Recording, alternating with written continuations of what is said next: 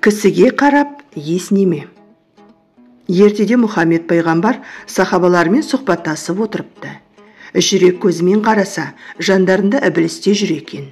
Пайғамбар одан былай деп сұрайды: «Әй малғұн, мұнда не істеп жүрсің?» деп сұрайды.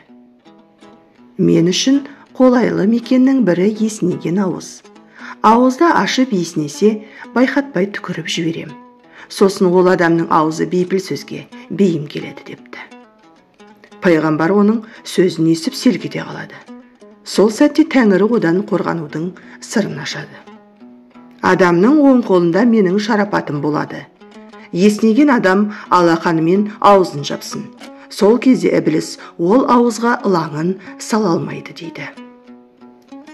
Содан бастап пайғамбарымыз сахабаларына есінеген кезде оң қолының сыртымен аузын басу қажет екенін ескертіпті.